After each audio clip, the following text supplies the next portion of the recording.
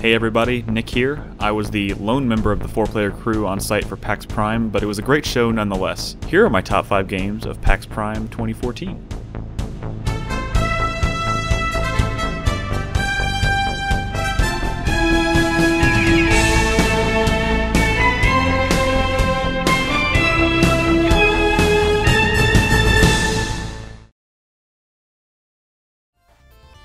Screen Cheat has to be one of the most ingenious ideas for a multiplayer shooter that I have ever come across. In this 4-player cooperative shooter, every player in the match is invisible, meaning that victory is achieved only by spying on the other player's screens. It's bloody brilliant, and as far as I'm concerned, it completely revives the playability of split-screen gaming. How do you succeed in a game like this? Well, it's actually quite simple. The levels are split into color-coordinated quadrants and require the player to learn the map in order to identify the location of other players by looking at their screen. On top of that, you select your weapon after each death, which changes the experience each time you load. By the end of the match, even my girlfriend, who is almost universally uninterested in multiplayer games, was laughing and having a blast with complete strangers. It really is a game that is so simple, yet so obvious that I find it incredible that nobody has thought of this before. All I can say is that I'm glad somebody did, because this game is a ton of fun. Okay, many of you may not have heard of Mecca Zoo, but you will. This charming little platformer from the indie studio Good Mood Creators is perfect for anybody looking for a game that encapsulates everything that is great about the genre. Players take control of 5 different mechanical animals that are each equipped with their own unique abilities that allow them to move through the world and tackle enemies. The frog can use his tongue to swing from objects, and the armadillo can roll around and brute force his way through enemies, Sonic the Hedgehog style, etc, etc. On top of that, you must switch between 2 different animals on the fly in order to navigate the levels and succeed in combat. Now, it is an evolution of familiar mechanics that I may have played with before, but the end result felt super tight and super fun. Did I mention the music? Because oh my lord, the music is awesome. It all adds to the super quick pace of the game, and it keeps the experience feeling light even in the face of some pretty challenging obstacles. Now, I only got to play with 2 of the playable animals, but the game was already feeling polished, and the differences in the animals already allowed for some pretty creative level design. I'm eager to see how the other animals play and how the different combinations of animals can impact the layout of the environments from level to level. The game is still about a year from release, but it's definitely on my radar until it launches sometime next year. What? An Xbox One game? No way. I don't even have the system yet, but this, along with the Halo Master Chief Collection, stand tall as one of the biggest reasons I plan to actually purchase this platform. Ori and the Blind Forest is a beautiful and challenging Metroidvania. It's got those sexy 2D hand-drawn characters and environments and some of the most responsive and demanding controls I've felt in a game like this in some time. Truth be told, I don't even really know the plot or context of this game, but the gameplay blew me away, so I'm okay staying in the dark about that until the game actually launches. Now, what stuck with me about the game is the way in which the character moves through the world. Holding a button while in close proximity to an anchor point will allow you to manipulate your trajectory before propelling yourself through the environment. It requires quick thinking and creative problem solving, as some of the game's secrets and pathways are hidden in some pretty hard to reach places.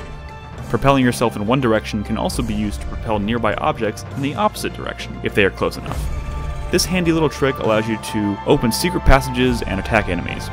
The boss fight in the demo actually ended up playing out as one of the most interesting games of light ball tennis that I've ever played, because it involved jumping towards the projectile that was coming towards you and then launching yourself backwards in order to send it back at the boss. Now, it's tricky to explain with words, but it just felt so right.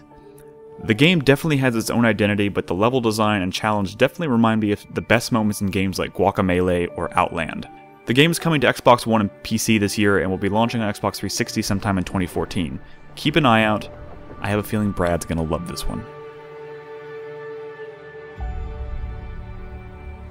Until Dawn is by far the biggest surprise for me at the show this year. Many of you may have forgotten about this game since it was actually announced years ago for the PS3, but it went dormant for a while and then it reappeared last month at Gamescom for the PS4. Now, I was pretty worried about this game given the track record of the developer Supermassive Games. Not that they're a bad studio, and they certainly have talent, but they have never made a game quite like this. Look up their history and you'll instantly see what I'm talking about. So, I played this game during the media hour on day 1, because I wanted to try it out, but I didn't think it would be something that I wanted to wait in line to play. to my surprise, the game got me really excited. The game is essentially a classic slasher film / murder mystery in video game form. If I had to make a comparison, it's a little bit of Friday the 13th meets House on a Haunted Hill meets Saw. It's got everything. A group of young, horny, naive teenagers, crazed masked killers, Ouija boards, ghosts, the whole 9 yards. Gameplay seems to be a combination of third-person exploration and decision-making moments. The DualShock 4 controller can be used to control the flashlight while moving around. Think Silent Hill Shattered Memories is probably the closest thing I could think of. Decisions made throughout the game, whether they be dialogue choices or split-second decisions, can have an impact on the way the story unfolds. In my demo, I investigated a desk and made the decision to carry a pair of scissors that I found, which came in handy down the road when I was attacked by a crazed killer. Now, I'm not sure how much room there is for diverging paths, but it all felt fluid and the game at least appears to maintain a sense of choice. The sense of mystery and dread created in the demo, while very reliant on the more cinematic qualities of the game, was super impressive. Lastly, the game just looks stunning. The voice acting was pretty spot on as well, despite the fact that they clearly were trying to imitate some of the more awkward dialogue that the horror genre is known for. So, I'm cautiously optimistic about this game, but the delivery at PAX definitely exceeded my expectations, and I couldn't be more excited. And I'm sure many of you saw this coming. As someone who only recently found their place in the world of Dark Souls, I found myself a bit nervous walking into the Bloodborne booth. Turns out, I played the demo 3 damn times over the course of the weekend. From Software have another hit on their hands with this one. Firstly, let me just say that the world and lore of Bloodborne appear to be far more up my alley than that of Dark Souls. The gothic architecture and beautiful creature designs are beyond compare. But I know you rabid Dark Souls masters want to know about the gameplay. Is this Dark Souls for noobs? Well, I can say this. This game isn't fucking around. The lack of a defensive shield, at least in the demo, made for a much more offensive gameplay experience. Being able to change the shape and reach of the primary weapon on the fly or quickly fire off a round from your gun goes a long way towards giving Bloodborne its own identity. It's all about crowd management, carefully timed attacks, effective use of items, and dodging, dodging, dodging. Over the course of each playthrough, I definitely felt that sense of progression as a player, learning from my mistakes and slowly but surely making my way deeper into the game.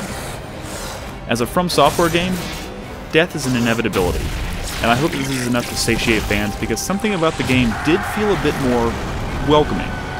Maybe the controls felt tighter or more responsive, but right from the start, I felt equipped for survival. We still don't have a clear picture of how the character is customizable or if the game is more RPG or action game, but at the moment, I don't really care. The game is stunning, it's addicting, and just as magical as the world of Dark Souls.